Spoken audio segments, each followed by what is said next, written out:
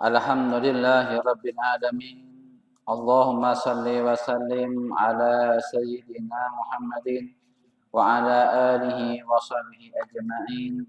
Nawaitu ta'aluma wa ta'lim wa tadhakkura wa tadhkir wa naf'ah wal intifa' wal ifadah wal istifadah wal hatha ala tamassuki bi kitabillahi wa sunnati rasulillahi والدعاء إلى الهدى والدلالة إلى الخير ابتغاء وجه الله وقربه ورضوانه وثوابه من الله سبحانه وتعالى على ما نوى مشايخنا ومربنا حبيب عمر بن محمد بن سليم بن حفيظ وعلى نية أن الله يرزقنا علما نافعا والعمل به ورزقا واسعا حلالا طيبا مباركا فيه وعملا متقبلا برحمتك يا أرحم الراحمين ويا أكرم الأكرمين ويا أجود الأجودين.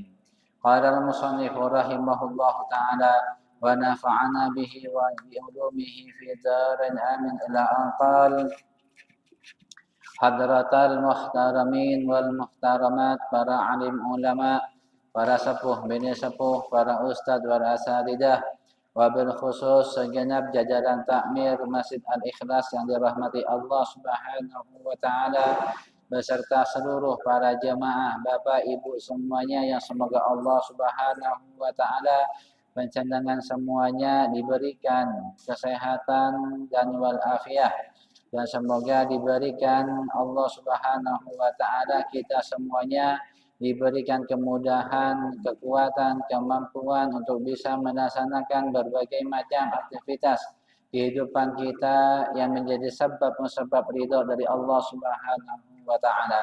Semoga kita semuanya dengan barokah ini majelis, semoga kita semuanya diberkahi usia kita, diberkahi umur kita, diberkahi rezeki kita, diberkahi kehidupan kita.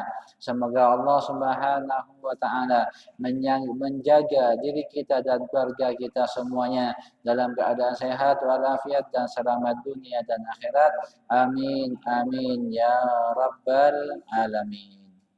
Bapak, Ibu jamaah Masjid Al-Ikhlas yang dirahmati Allah Subhanahu wa taala.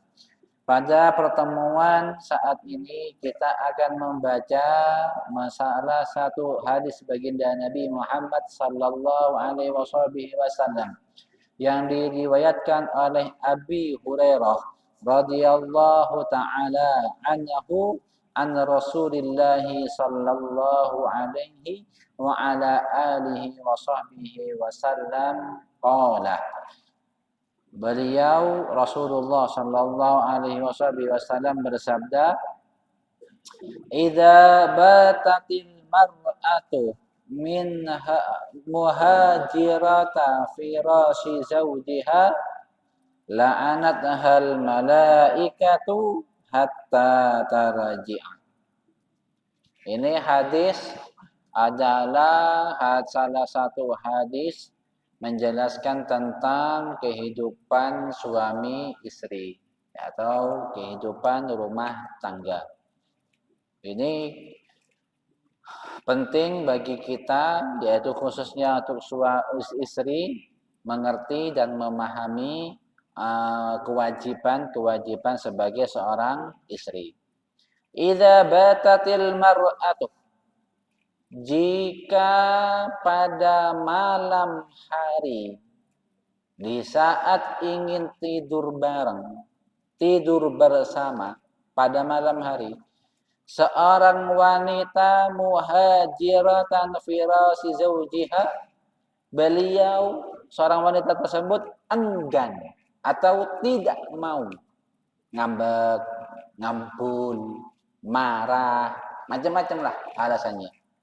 Muhajiratan firasa zawjiha, minggat enggak mau ngampul meninggalkan tempat tidur suaminya, enggak mau tidur bareng, enggak mau bersama. Nah, di sini la'anat hal malaikatu hatta taraji'a.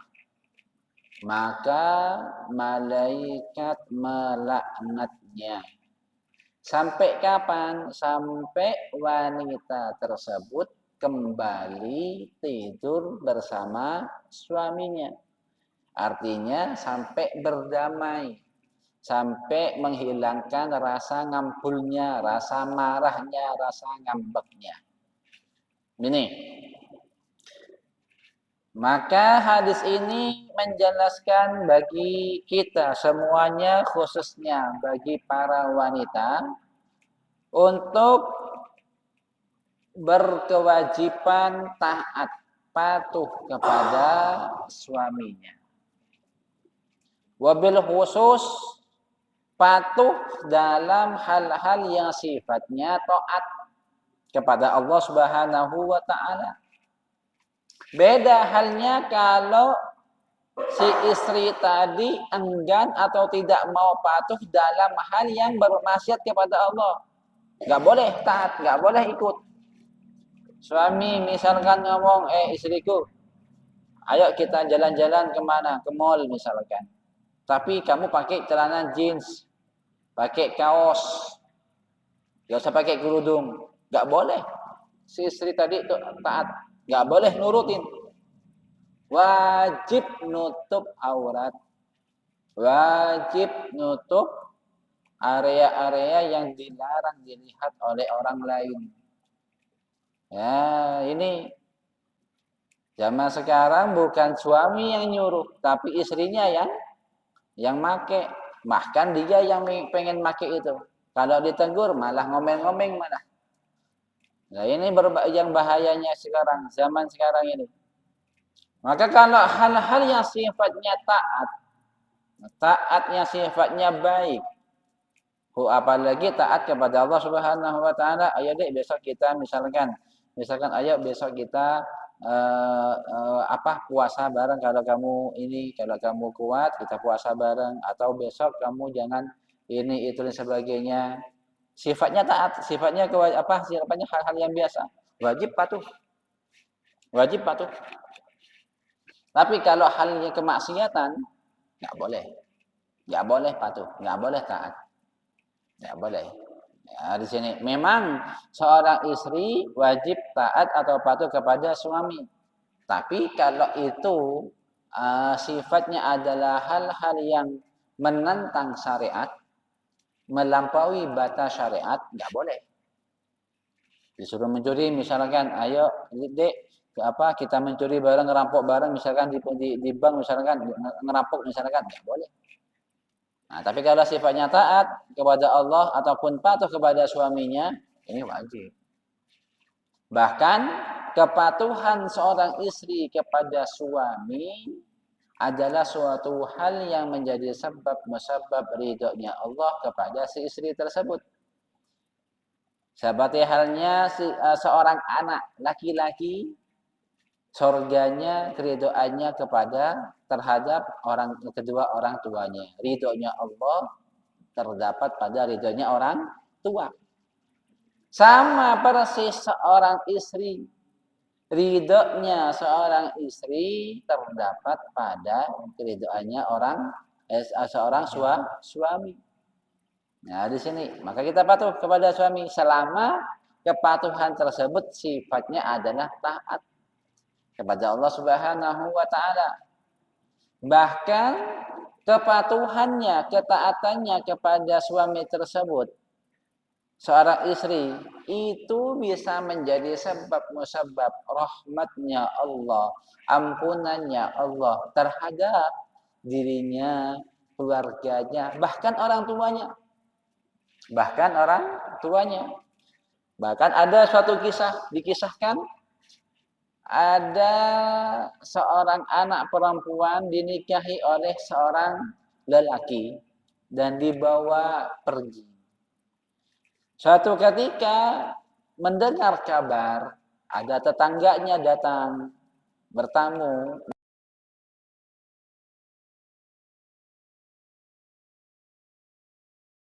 Sedangkan suaminya pergi keluar. Suaminya sebelum keluar mengatakan, kamu jangan keluar rumah sebelum aku datang. Nah, zaman dulu gak ada HP, gak ada telepon. Suami istrinya bagus, istrinya solehah. Istrinya menjawab, iya mas. Gitu. Nah, tetangganya datang, misalkan namanya Maryam, atau namanya Zahra, atau namanya Sofia, misalkan, mbak, ayahmu lagi sakit. Dan ayahmu kangen banget dengan kamu. Kata si istri ini, aduh ngapunten bu, saya oleh suami nggak boleh keluar rumah. Sedangkan suami masih keluar kerja. Gitu. Oh iya, tak sampaikan. Kata tetangga ini, berangkat ke rumahnya. Mengabarkan, kata istri suaminya masih keluar dan dia nggak boleh keluar, ia nggak apa-apa. Enggak lama kemudian datang lagi tetangganya mengabarkan, mbak, ayahmu sudah sekarat, saya sudah nggak tahan, nggak kuat, kemungkinan beliau akan wafat. Pengen banget lihat kamu, kata si tetangga ini. Dijawab sama istrinya tadi, ngapunten bu, saya oleh suami nggak boleh keluar rumah. Karena suami masih lagi di luar dan saya mengatakan iya. Ini kembalikan saya doakan aja semoga ayah baik-baik saja, yang terbaik, semoga lekas sembuh. Balik ke rumahnya lagi mengabarkan seperti itu. Ayahnya udah sabar. Akhirnya gak lama kemudian datang tetangganya lagi, mbak, ini ayahmu sudah wafat, katanya. Ayahmu sudah wafat. Kamu nggak mau lihat ayahmu tak? Terakhir kalinya. Jawaban semua istri tadi, ngapunten bu, saya nggak boleh keluar rumah oleh suami. Sampaikan saja, nggak apa-apa, dimakamin aja. Udah selesai kembali ke rumahnya, beberapa saat lagi kembali lagi. Mbak, ini ayahmu akan dimakamkan. Disolatin, dimakamkan. Apakah kamu nggak mau mensolatinya atau melihat wajahnya sebentar saja dan kembali? Tetap si istri tadi tidak mau keluar rumah. Suatu saat menangis istri ini, suaminya datang. Suaminya datang, kenapa kau menangis? Ayahku wafat mas. Yaudah, ayo kita pergi. Udah. Pergi pulang ke rumahnya, ayahnya sudah dimakamin. Semuanya desakan nangis, semua satu keluarga, dia bersabar, udah nggak ada lagi. Kembali ke rumah, semuanya selesai, macam-macam hal. Beberapa malam kemudian, si anak perempuan tadi atau si istri tadi bermimpi ayahnya. Wahai ayahku, apa yang telah kau alami di sana? Ayahnya menjawab, wahai anakku, sesungguhnya Allah telah mengampuni dosaku disebabkan kamu taat kepada suamimu. Ini Allah telah mengampuni dosa-dosaku disebabkan kamu adalah anak perempuanku yang sebelumnya telah aku didik kamu dengan berbagai macam ilmu pengetahuan khususnya agama untuk taat kepada suamimu, patuh kepada suamimu dan kau benar-benar mengamalkannya. Sebab itulah Allah mengampuni segala dosa-dosaku disebabkan kamu yang taat kepada suamimu. Terbangun si anak ini, si Sri tadi terbangun menangis. Sholat 2 rakaat, sholat malam, menangis mendoakan ayahnya, memohon kepada Allah dan bersyukur kepada Allah atas nikmat yang telah diberikan, karunia-Nya Allah, rahmat-Nya Allah tersebut. Nah sini sehingga dan si istri tadi menceritakan kepada suaminya dan suaminya juga demikian ketika memiliki anak perempuan mengajarkannya agama, mengajarkannya kebaikan, mengajarkannya hal-hal yang menjadi kewajiban bagi seorang istri atau anak perempuan. Ini Nah, sebelumnya sudah kita ceritakan sebelumnya pada pertemuan sebelumnya bahwasanya kewajiban seorang istri itu enggak banyak. Kewajiban seorang istri kan enggak banyak. Yang pertama adalah sholat, jaga sholat 5 waktu, ibu-ibu. Wahai para istri, jaga sholat 5 waktu. Sholat 5 waktu ini adalah hubungan jenengan bersama Allah Subhanahu wa taala. Disebutkan dalam pengajian sebelumnya, hari Ahad sebelumnya, bahwasanya sholat ini adalah ibarat kepala bagi anggota tubuh. Nah, di sini pentingnya bagi kita. Nah, sholat ini adalah tiangnya agama, fondasinya agama. Jaga sholat, jangan bermalas-malasan, jangan beralas-alasan juga. Nah, di sini ini pentingnya. Nah, banyak mereka yang wanita ketika dia keluar darah, wah persangkanya head, padahal bukan head misalkan. Makanya di sini menjadi kewajiban bagi seorang wanita mempelajari ilmu tentang haid. Minimalnya haid, maksimalnya haid, umumnya haid. Nah, secara simpel minimalnya haid 24 jam. 24 jam ini minimalnya haid. 24 jam bisa juga terbagi menjadi 15 hari. Bisa juga terbagi menjadi 7 hari. Umumnya haid 7 sampai 8 hari atau 6 sampai 7 hari. Maksimalnya haid 15 hari. Jika darah lebih dari 15 hari, maka itu adalah darah istihadah. Jangan beranggapan setiap keluar darah adalah haid lalu dia enggak sholat. Hati-hati. Kewajiban seorang istri, seorang wanita adalah jaga sholat 5 waktu. Yang kedua, jaga puasa Ramadan. Yang ketiga adalah patuh terhadap suaminya. Yang ketiga, jagalah kehormatannya, jaga auratnya, jaga cara berpakaiannya, jaga cara berpakaian. Nah, di sini kalau di dalam rumah, wes enggak pakai make up, enggak pakai minyak wangi. Nah, makanya sampai ada suatu wasiat seorang ulama mengatakan kepada anaknya, anak perempuannya, wahai anak perempuanku, jagalah peliharalah dirimu di pandangan suamimu. Artinya ketika dilihat suamimu, kamu harus jaga pandangannya, yaitu secantik-cantiknya, sedandan-dandannya, serapi-rapinya. Nah, di situ. Jagalah badanmu dari penglihatan orang lain. Nah, di sini jaga.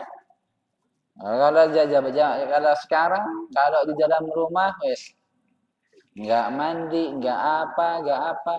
Nah, di sini ketika keluar ke mall macam-macam dandanannya. Ini yang terbalik. Ini yang harus diperhatikan. Nah, kita jaga kehormatanmu. Ya, artinya yang keempat ini jaga kehormatanmu, tubuhmu. Pandangan dari pandangan laki-laki yang lain. Yang kelima adalah jagalah harta suamimu. Dijaga. Suami menitipkan uangnya, suami menitipkan nafkahnya untuk kecukupan 1 hari, 1 pekan, 1 bulan dan sebagainya. Jaga. Sebaik-baiknya dijaga. Dari sini ini pentingnya bagi seorang istri, dan tanggung jawab seorang suami sangat besar. Tanggung jawab seorang suami sangat berat. Bahkan di Al-Qur'an pun menyinggung qu anfusakum wa ahlikum nara wa quduhan nas wal hijarah. Qu anfusakum, ku bertakwalah diri kalian, bertakwa. Ini pentingnya seorang suami harus suami yang taat kepada Allah, yang bertakwa kepada Allah. Takwa di sini patuh terhadap syariat, patuh terhadap perintahnya Allah dan menjauhi segala larangan Allah. Qu anfusakum, bertakwa kepada Allah. Ini pentingnya kalau bagi seorang istri, seorang anak perempuan jika ingin ketika dia bertunangan atau dia akan menikah dengan seorang lelaki, maka harus benar-benar lihat dulu agamanya, lihat dulu budi pekertinya, lihat dulu akhlaknya, lihat dulu perhatiannya. Kalau si anak ini patuh terhadap orang tua, taat kepada orang tua, insya Allah akan menjadi kebaikan bagi si istri tadi, si anak tadi, si keluarga tadi. Nah, di sini ini pentingnya kita mengetahui asal usul. Nah, makanya ada istilahnya orang Jawa babat bibit bobot dan sebagainya. Diperhatikan dulu bagaimana akhlaknya, bagaimana perilakunya, bagaimana agama dan sebagainya. Ini penting untuk diketahui. Wa anfusakum wa ahlikum naro, dan juga keluargamu, istrimu, anakmu dari api neraka. Nah, ini menjadi tanggung jawab bagi seorang suami. Suami, seorang lelaki kita semuanya, wahai bapak-bapak, kita akan diminta untuk jawaban kelak di akhirat bagaimana kita cara mendidik istri kita, anak kita, menjaga istri kita dari hal-hal yang lain. Bagaimana kita memberikan makanan, minuman, bagaimana dari halal atau tidak dan sebagainya. Ini penting untuk kita ketahui. La ilaha illallah Muhammadur Rasulullah. Idza batatil mar'atu muhajiratan firasya zawjiha. Jika seorang wanita pada malam harinya di saat dia tidur enggan, tidak mau tidur di kasur suaminya karena ngambul-ngambek. Nah, di sini makanya di sini wanita ini memang setiap keluarga itu pasti ada permasalahan antara lelaki ataupun perempuan. Akan tetapi setiap permasalahan harus diselesaikan dengan bijaksana. Harus diselesaikan dengan bijaksana. Lelaki ataupun yang perempuan. Kalau kita menyadari, sama-sama menyadari kesalahan tersebut dari pihak lelaki ataupun pihak perempuan, ayolah lebih awal, lebih mendahulukan artinya keluarga, hubungan baik. Lebih siapa yang pertama minta maaf? Kadang-kadang suami ini sangat berat untuk mengucapkan kalimat maaf. Wah, ini pentingnya bagi seorang suami. Sehingga menyebabkan si istri tadi muhajirah, enggan, tidak mau tidur. Padahal ucapan maaf ini hanya 4 kalimat maaf. Tapi sangat berat bagi seorang siapapun mereka jika egonya lebih mementingkan egonya, egoisnya dan sebagainya. Kalau misalkan itu kesalahan. Nah, di sini harus ada salah satu dari keduanya yang mengalah. Harus ada yang mengalah. Harus ada yang mengalah. Jangan sampai berlarut. Jangan sampai malam enggak tiduran. Oh, ini bahaya. Ini bahaya. Sehingga akan berefek besok paginya. Apalagi kalau punya anak, maka menjadi imbas anaknya. Ini yang harus kita belakangkan. Jangan. Setiap keluarga siapapun mereka pasti ada permasalahan. Tapi siapa mereka yang lebih awal mengucapkan kalimat maaf, mohon maaf kalau ini saya salah, kalau maaf ini gini, itu yang terbaik. Fa'fu wasfahu, saling memaafkan, saling merelakan, udah, sehingga biarkan diselesaikan. Artinya jangan sampai berlarut setiap permasalahan. Pasti ada masalah tapi jangan sampai berlarut. Masalah itu adalah bumbu-bumbunya setan. Dan masalah itu juga menjadi bumbu-bumbunya pahala kalau kita itu bisa menjalani dengan baik sesuai dengan apa yang disabdakan baginda Nabi Muhammad SAW. Kalau kita saling memaafkan, kalau kita saling merelakan, atau kalau kita saling mempererat hubungan tadi dengan cara merelakan dari segala kesalahan tadi. Makanya Rasulullah mengajarkan, jika kamu itu marah terhadap pasanganmu, marah satu masalah, maka ingatlah kebaikan pasanganmu. Nah, itu kata Rasulullah. Nah, jika kita marah kepada suami, kita masalah ini kita marah pada suami, tapi jangan kita melupakan kebaikannya suami. Sama kayak kita sebagai suami.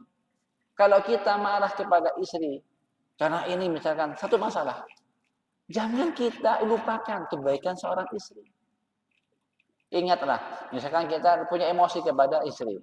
Ingat, dulu waktu kita pertama nikah, kita mencintainya dia, kita mencintai dia.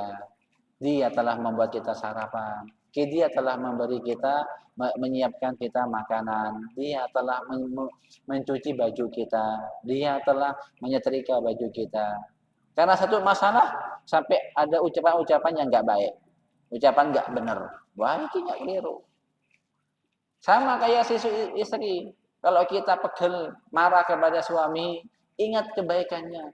Bukankah suami tadi sebelumnya bertanggung jawab sebagai suami menafkahi kita, berusaha mencari pekerjaan, berusaha nggak pulang panas, hujan, nggak pulang mencari uang untuk memberi kita kecukupan, tapi belum waktunya cukup uangnya, belum waktunya dia berhasil, jangan dimarahin, malah disupport. Nah, ingat kisahnya Rasulullah dengan Siti Khadijah. Nah, ketika ditanyakan Siti Aisyah, ya Rasulullah, kenapa makna kalam mana hadisnya, kenapa kau sangat mengingat Siti Khadijah dalam berbagai macam hal? Dikatakan sesungguhnya Khadijah adalah seorang yang telah mendukung, di sini yang telah mendukungku, yang telah memberikan support di saat dia berjuang, di saat aku berjuang. Orang membenciku, dia yang menyayangiku di saat orang membenciku. Dia yang selalu menemaniku di saat orang menjauhiku. Ini Siti Khadijah. Jadi Siti Khadijah. Kita seorang istri harus mendukung selama itu adalah hal yang baik, hal yang sangat baik untuk si suami. La ilaha illallah. Ini penting bagi kita semuanya untuk saling paham, saling ngerti hubungan keluarga. Maka yang menjadi pondasi utama dalam kerukunan keluarga itu adalah saling pengertian. Yang suami ngerti, istri ngerti. Yang kedua, saling mengerti tanggung jawabnya masing-masing. Si suami ngerti tanggung jawabnya sebagai suami, yaitu dia berkewajiban memberi nafkah yang baik, menjaga keluarganya, menjaga anaknya, bertanggung jawab untuk masa depannya. Si istri juga paham tanggung jawab bahwanya dia seorang istri yang tanggung jawab di dalam rumah tangga, di dalam rumah. Ini jangan banyak nuntut, entah suami ataupun istri, jangan terlalu banyak nuntut. Istilahnya paham sendirilah tanggung jawabnya masing-masing.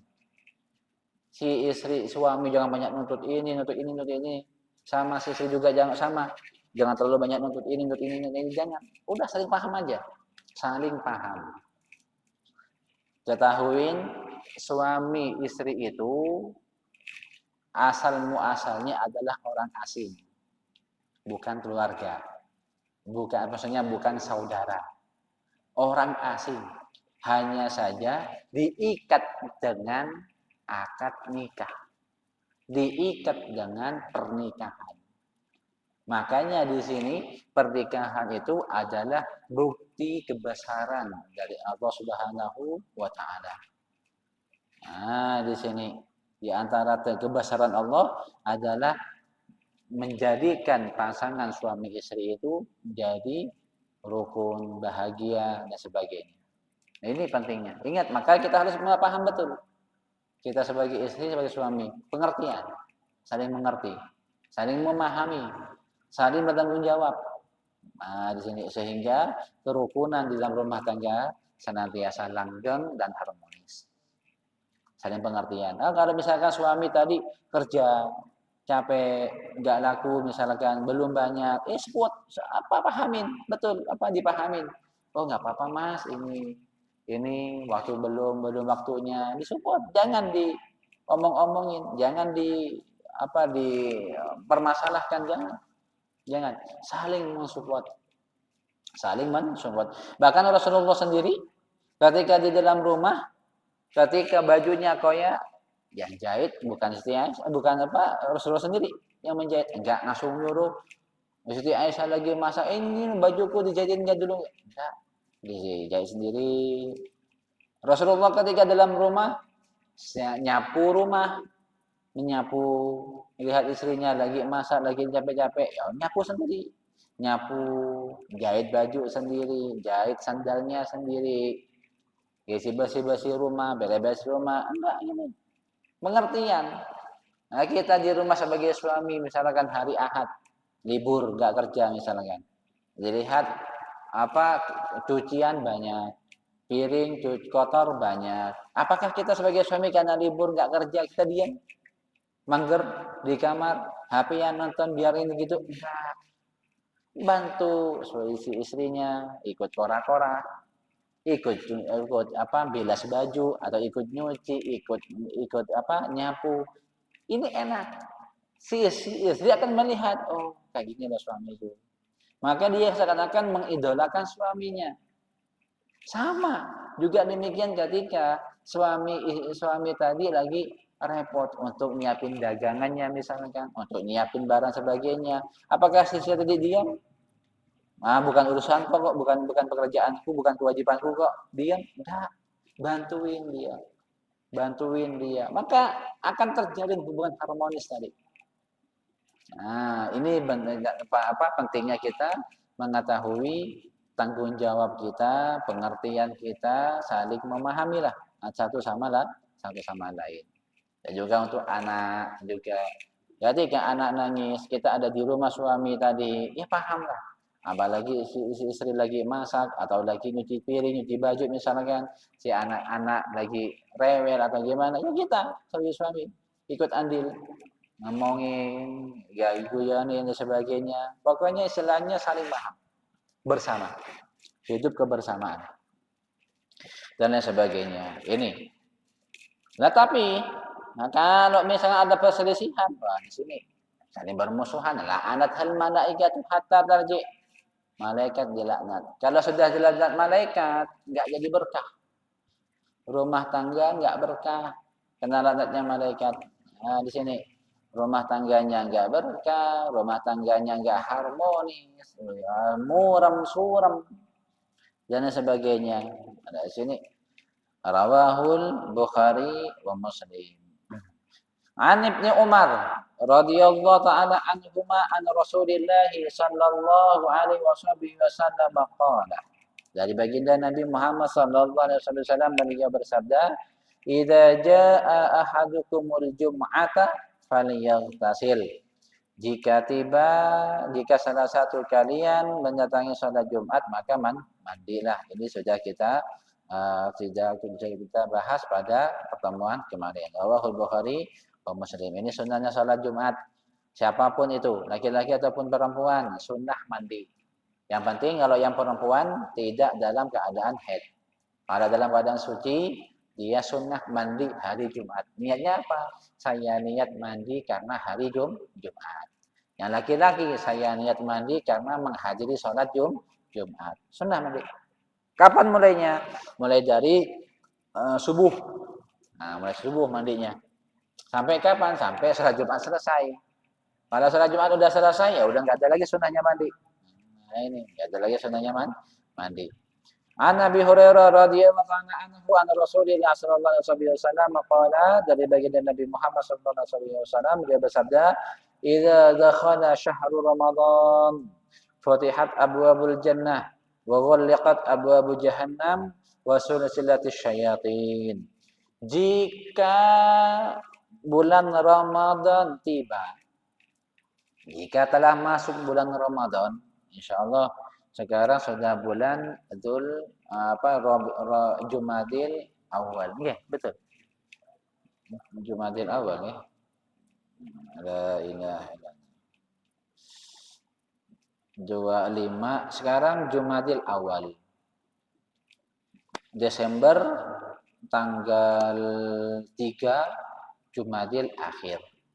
Sudah Jumadil Akhir, Rajab, Sya'ban, Ramadan.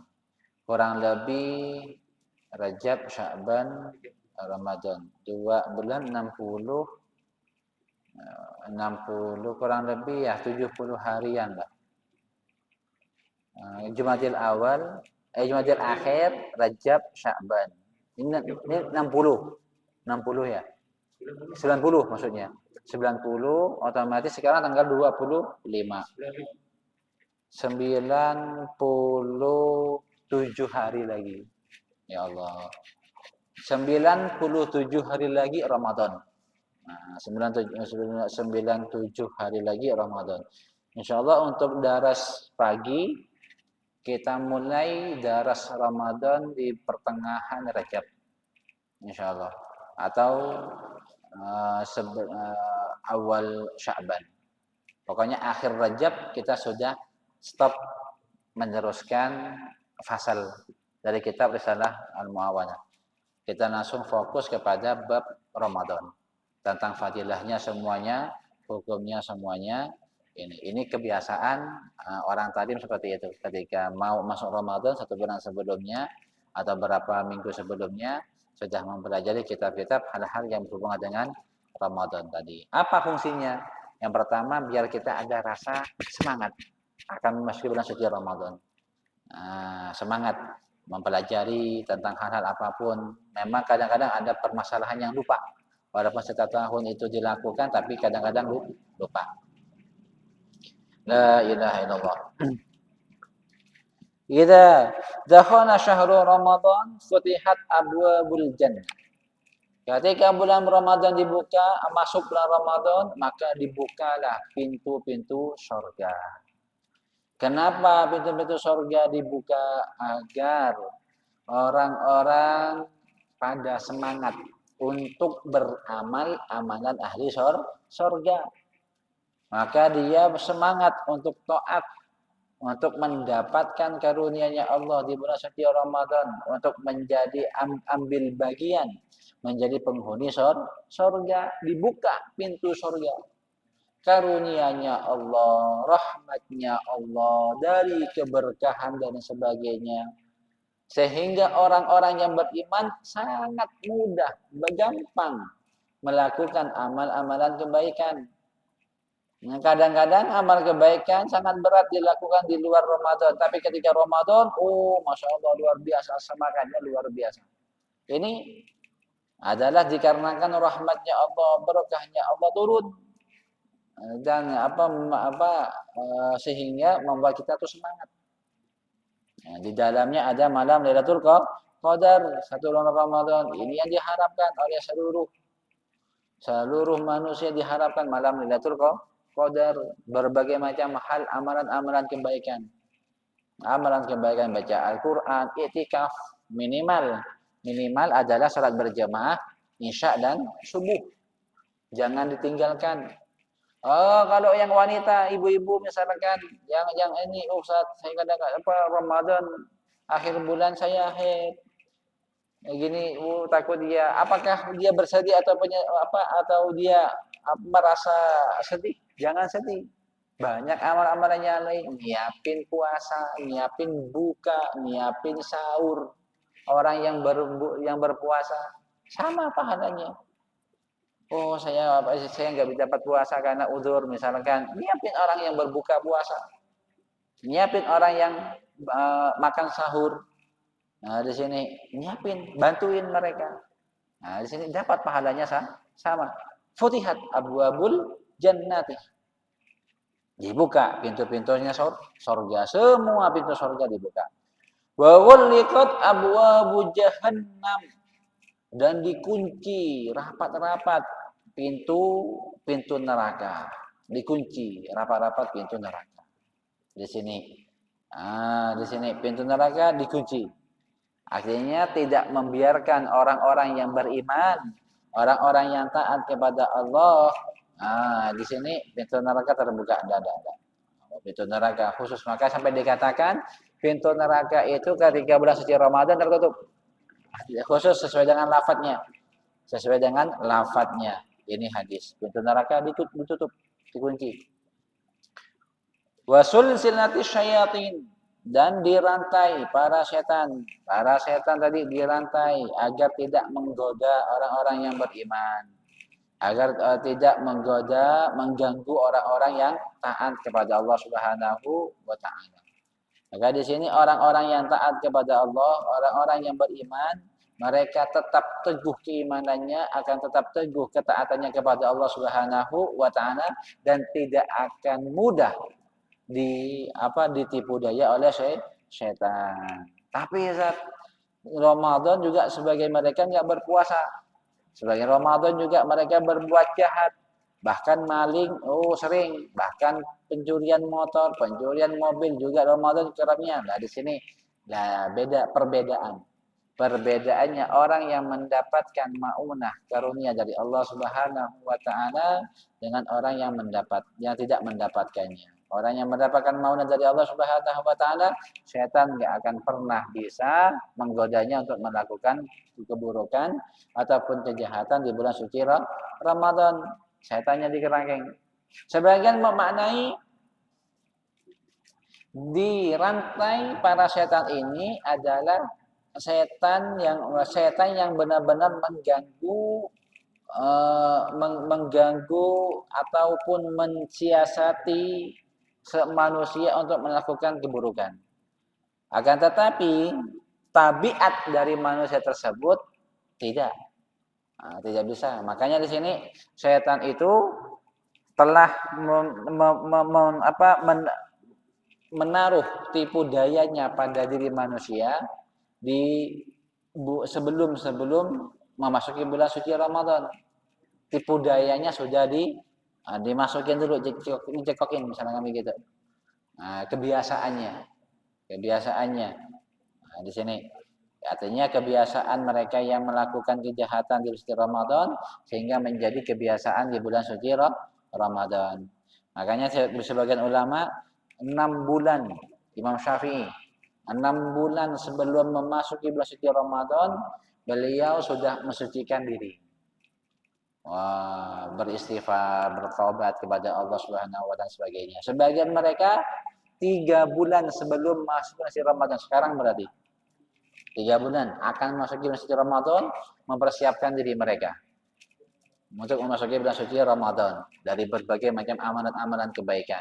Bertobat kepada Allah, sebagai mereka ziarah-ziarah. Makanya umumnya kalau kita di Indonesia sebelum Ramadan, bulan Rajab, Sya'ban, udah banyak yang ziarah. Bahkan di Tarim pun bulan Sya'ban mereka ziarah Nabi Luhud, Sya'ban. Bulan Sya'ban tanggal 5 Sya'ban sudah mulai ziarah mereka. Tanggal 7 bulan Sya'ban sudah mulai ziarah. Kita umumnya juga ziarah, mohon doa, ini silaturahim, menyiapkan bekal untuk memasuki bulan suci Ramadan. La ilaha illallah. Ini pentingnya mempersiapkan diri kita sebelum masuk bulan suci Ramadan. Makanya di bulan Rajab ntar memperbanyak baca Rabbighfirli warhamni wa tub alayya yang menjadi kebiasaan orang Tarim. Sama nanti kita juga akan membacanya setiap habis sholat subuh hari Ahad kalau kita ngaji nanti Rajab membaca Rabbighfirli warhamni wa tub alayya 100 kali Rabbighfirli warhamni wa tub alayya nanti. Sebagai bentuk mempersiapkan diri kita bertobat kepada Allah Subhanahu wa taala untuk memasuki bulan Ramadan. Sebenarnya tobat setiap hari. Setiap sekarang ini juga demikian bacanya istighfar tobat kepada Allah Subhanahu wa taala. Ini kebiasaannya. Nabi Sa'id radhiyallahu taala anhu ini masalah jenazah. Insyaallah kita akan bahas di pertemuan akan datang. Wallahu a'lam bishawab. Semoga Allah Subhanahu wa taala kita semuanya mendapat ilmu yang bermanfaat dan barakah dan semoga menjadi kebaikan untuk kita semuanya. Bismillahirrahmanirrahim. Alhamdulillahirabbil alamin. Allahumma shalli wa sallim ala sayyidina Muhammad wa ala ali sayyidina Muhammad. Allahumma inna nas'aluka fi kulli khairin bi nas'aluka min 'abdika wa nabiyyina Muhammadin sallallahu alaihi wasallam wa na'udzubika min kulli syarrin ista'adzana antar masa'alukan wala khalan qadabila Allahumma akhri min qadabina kuna kadadan dijunja wa kadama ahlina haqqan yamilu bina ila ma syadik ayat sudana atadik ayyahudu bina taharuki bina adafatika na khasa wa mahna khalasa Allahumma akhri min qadabina kuna kadadan dijunja wa kadama ahlina haqqan yamilu bina ila ma syadik ayat sudana atadik ayyahudu bina taharuki bina adafatika khasa wa Allahumma rabbana atina fid dunya hasanatan wa qina adzabannar sallallahu alaihi Muhammadin wa ala alihi wa sahbihi sallam rabbana taqabbal minna bi asrarin Fatihah. Bismillahirrahmanirrahim. Alhamdulillahirabbil alamin. Arrahmanirrahim. Maliki yaumiddin. Iyyaka